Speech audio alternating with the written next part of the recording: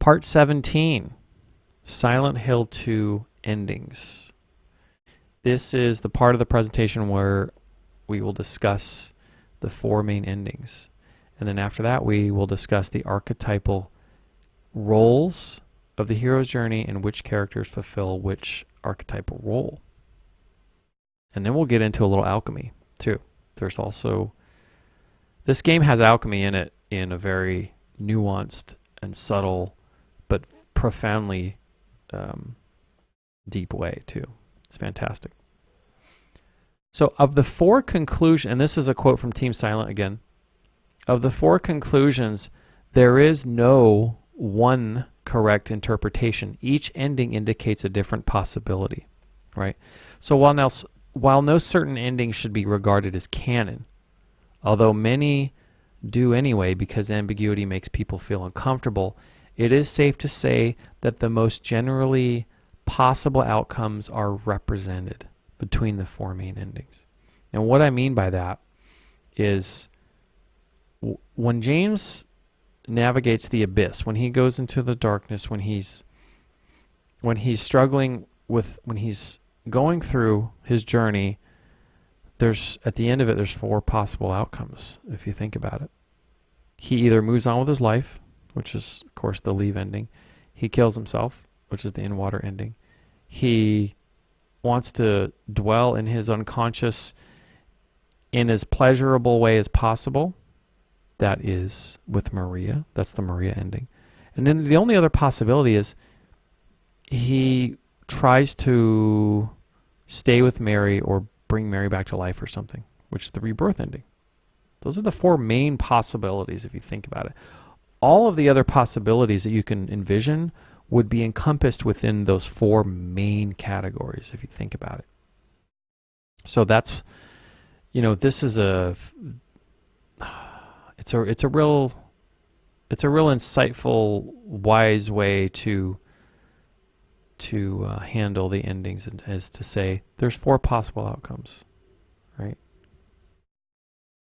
Just like our lives. So let's cover the first ending is the in-water ending. This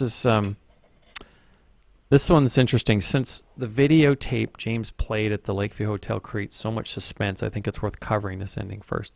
You can see with the arm movement in the video, it appears James is like smothering Mary or hitting Mary, but actually what he's doing is he's picking her up, right? He's taking her arm and picking her up. And in order to achieve this ending, the player must progress through the game in a reckless manner by not healing James immediately, looking at Angela's knife at least once in his inventory, right? A popular theory exists regarding Maria's corpse already being in the car when James drives into the lake. While the in-water ending does signify a resolution of sorts, it is not a successful one for James, as he succumbs to the darkest forces within his unconscious and commits suicide by driving his car into Toluca Lake. Right? So there is the in-water ending. Okay, we know the name of that tune. Next is the leave ending. If there's to be any true resolution at all that occurs with this ending, this is the most common ending in the game. It requires James heal quickly when injured and not ignore Mary's messages. In this ending, James owns up to the resentment he felt over the course of Mary's 3-year illness. Despite this harsh admission, Mary forgives James and tells him to go on with his life. With the leave ending, James is able to leave Silent Hill and put his life back together. Or at least we presume that happens, right? Maria is not in this ending because there is a true resolution for James. After all, Maria and all of the other characters in Silent Hill were mere projections of the unconscious of James Sunderland. All of which vanish with this ending, of course. And then there is the Maria ending. This is my favorite because this has a very Black Mirror sort of flavor to it. So the last two endings are the most interesting and reveal quite a bit about the state of James Sunderland's psyche. Next, we will explore the Maria ending. Unlike the In Water ending and the Leave ending, which both contain a clear resolution, the Maria ending locks James into an eternal purgatory of seemingly endless unconscious possibilities with Maria. It's akin to some sort of Black Mirror or Twilight Zone storyline. And I love it. We should have a... you could do a TV show right off of this. It would be amazing. Okay. So in this ending, Maria asks James, "Didn't you want to see me?" And James acknowledges that the Mary he sees before him is a projection. He says, "Yes, I wanted to see you, even an illusion of you." Unlike the Leave ending, James has projected a version of Mary that is deeply conflicted and unresolved.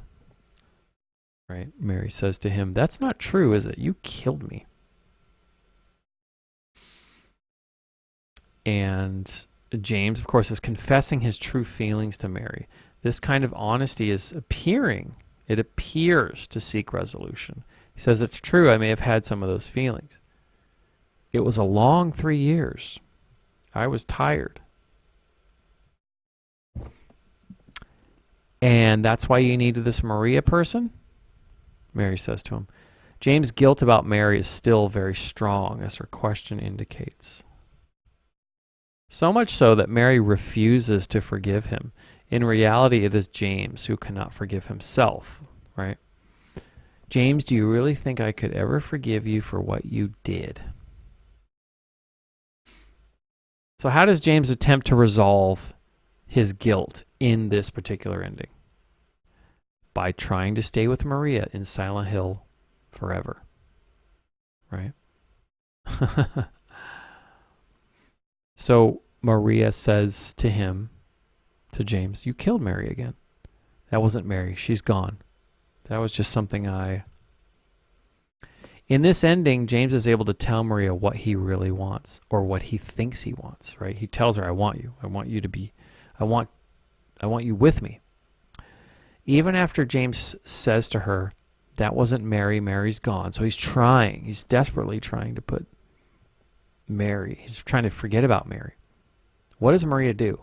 She asks him about Mary, of course, right? She says, "What about Mary?" James is desperately trying to escape his guilt, using Maria to help distract him, right?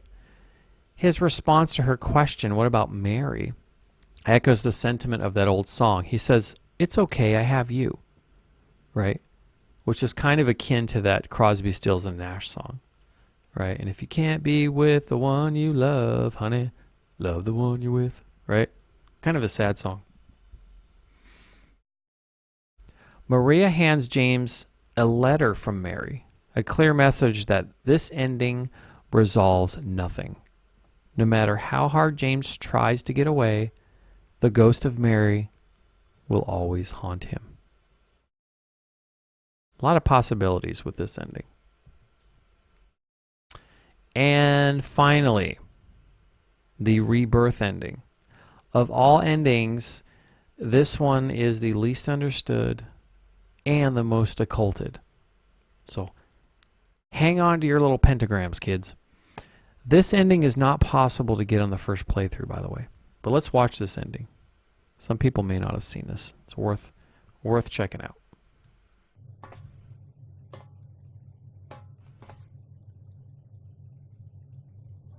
James.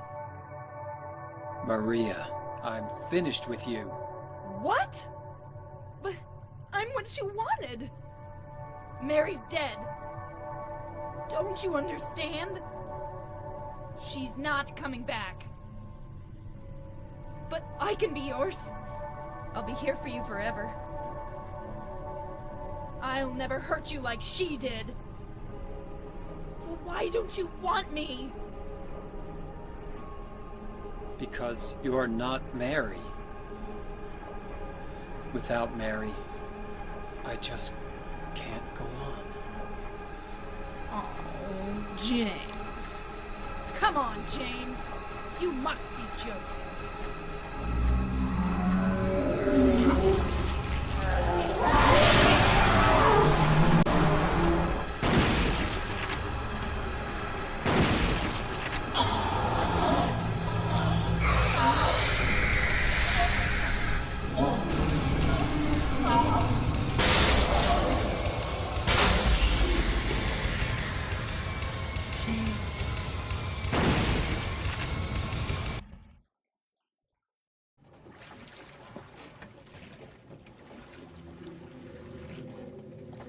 Notice Mary's corpse is in the boat, right?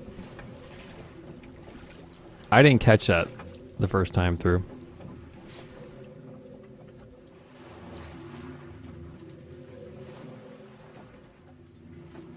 Mary,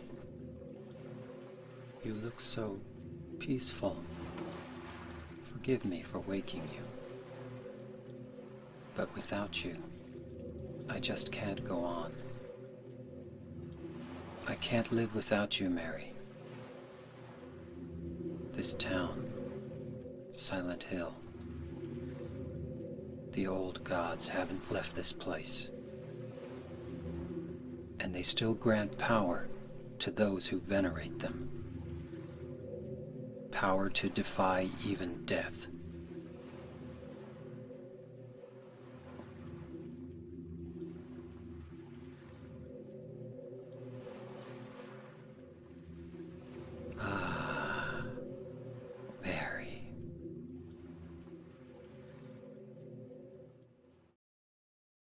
James gets real creepy.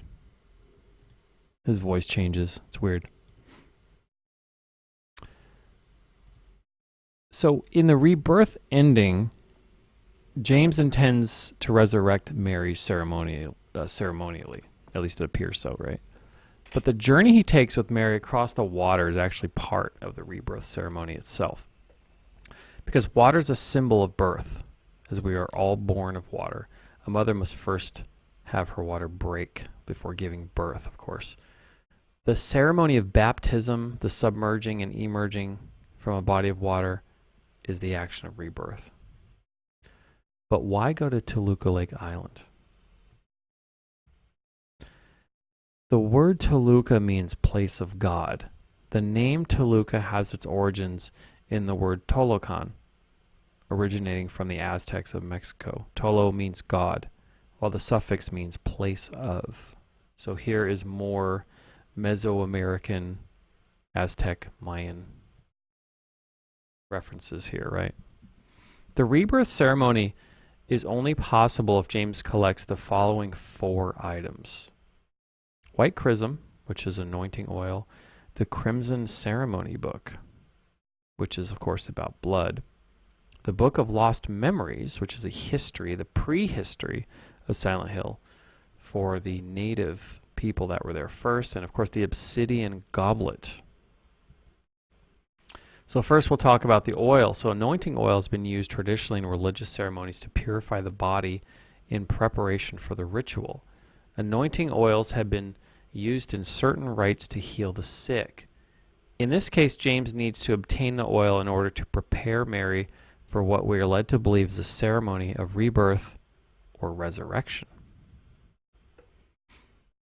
Next, he needs the crimson ceremony book, right? And here's a passage from the book. It says, "O proud fragrance of life, which flies towards the heart." This is a reference of the blood, of course, coursing through the body and going towards the heart. "O cup, which brims with the whitest of wine, it is in thee that all begins," right?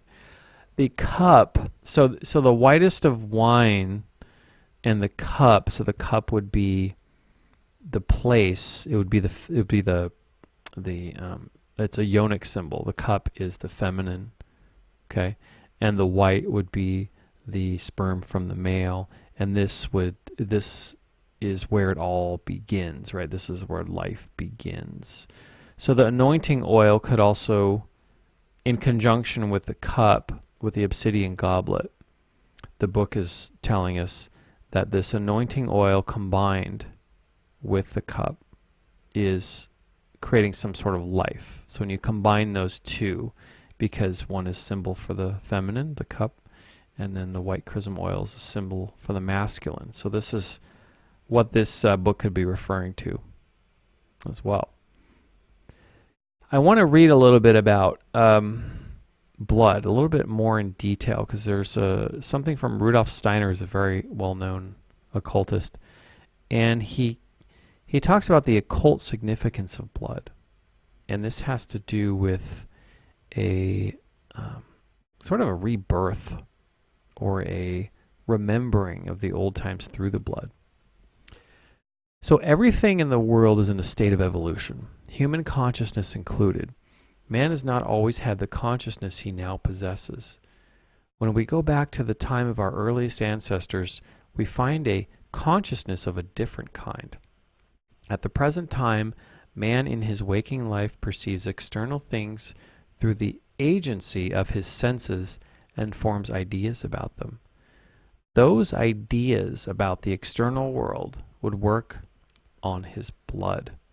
Everything, therefore, of which he has been the recipient as the result of sense experience lives and is active in his blood. His memory is stored with these experiences of his senses. Yet, on the other hand, the man of today is no longer conscious of what he possesses in his inward bodily life by inheritance from his ancestors. So in this passage, Steiner is basically remarking that today in our modern world, we're more outward facing, whereas the ancients, far ancient people of the past were inward, or more inward, or spiritual, or seekers, right? And they were tuned in very deeply to their blood and their bodies. And so he knows, so he's talking about modern man now. He knows not concerning the forms of his inner organs, but in earlier times this was otherwise.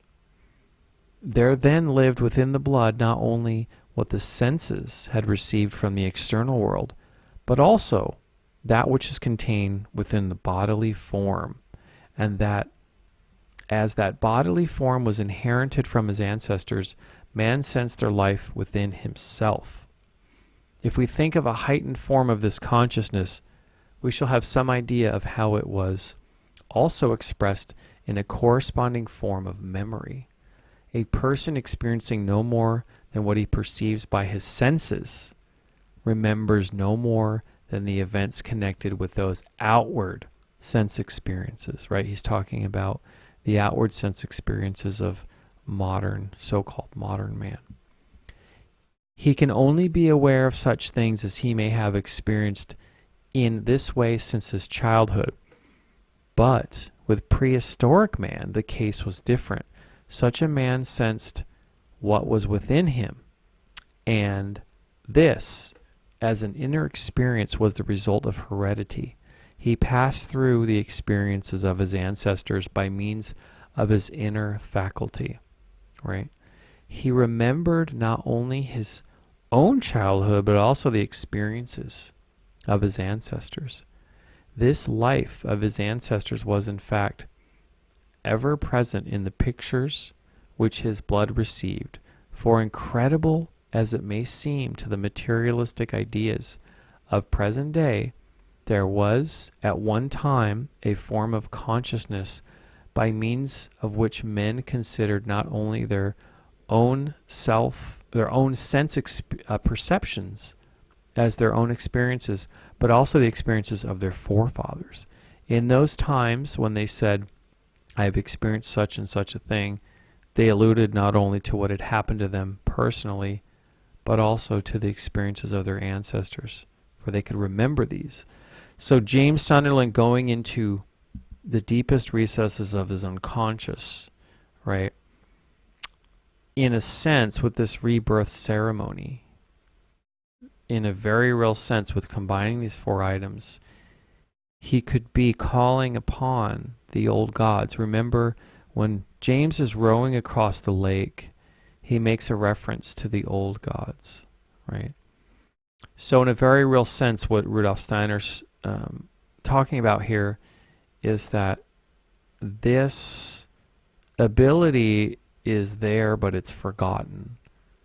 And James, by going to Toluca Lake Island, the holiest place, the most sacred place in Silent Hill, this is where he can recollect through the blood of Maria, can remember, can, in a sense, rebirth or resurrect her, right? So it might be, what might be happening is that through this ceremony and through the blood, James might be resurrecting Mary within himself through the blood, right? And recalling everything about her, and in essence melding him and her, because remember, he says he can't live without her, right? Yeah. James is, in this ending, the rebirth ending, he's seeing something.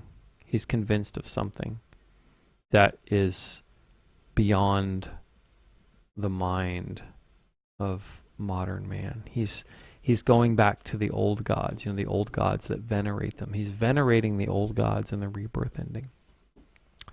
So he's going to a place where these ancient ancestors very much went to as well, right? So this earlier consciousness was, it is true, of a very dim kind, very hazy, as compared to man's waking consciousness. So this is comparing the unconscious to the waking conscious mind, of course, right? It partook more of the nature of a vivid dream, right?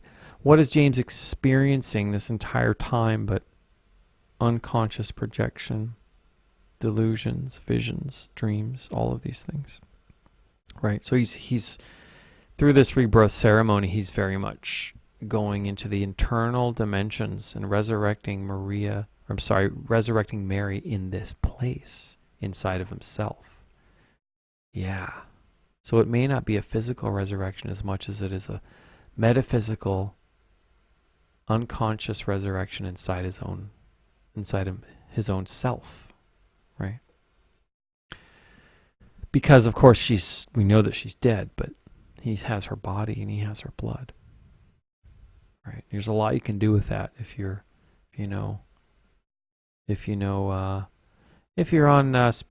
on good terms with the old gods, I guess.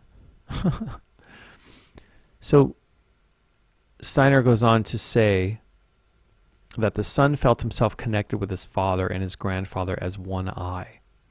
They shared an identity because he felt their experiences as if they were his own, and because man was possessed of this consciousness, because he lived not only in his own personal world, but because within him there dwelt also the consciousness of preceding generations. After all, it was in his blood, right? In naming himself, he included the name of all belonging to his ancestral line, father, son, grandson, etc., designated by one name that which was common to them all, that which passed through them all. In short, a person felt himself to be merely a member of an entire line of descendants. This sensation was a true and actual one. So just like you inherit the genes, the DNA from your parents, and you very much take on the traits. There's a science of epigenetics which shows that it's very compelling. It shows that the trauma is carried through the genes as well. Experiences, trauma, memory can be stored epigenetically and carried on and passed along to your progeny, to your children. So this isn't just hocus pocus, right? There's really something to this. And finally, there's the Book of Lost Memories, and this book alludes to ancient peoples of the Americas, right? And I'll read from this. They called this place, referring to Silent Hill, the place of the silent spirits. By spirits, they meant not only their dead relatives, but also the spirits that they believed inhabited the trees, rocks, and water around them. Right? There was this, the people of the Americas, the ancient Americas, the Mesoamericans, Aztecs, etc., they saw themselves as much more intimately connected to the world, of course, right? So everything was of the same divine spirit. According to legend, this is where the holiest ceremonies took place. So, of course, James Sunderland's going to take Mary there. But it was not the ancestors of those who now live in this town that first stole the land from these people. There were others who came before. In those days, this town went by another name, but that name is now hopelessly lost in the veils of time. We all know is that there was another name, and that for some reason the town was once abandoned by its residents. Pre-Columbian Mesoamericans' use of the obsidian goblet was extensive and sophisticated. This is the final item here. Including carved and crafted obsidian for tools and decorative objects. There are several references in Silent Hill 2 that harken back to the ancient peoples of the Americas. The 3 tablets of atonement, right? The obsidian goblet, the name Toluca Lake, or the name Toluca itself, and the Book of Lost Memories. If anything, it seems partially coincidence and part legacy from the first Silent Hill game that the references to the ancient Americas have been made. But it's also worth considering that Japanese culture has been largely organized around the honor of ancestors through Shintoism, the traditional religion of Japan.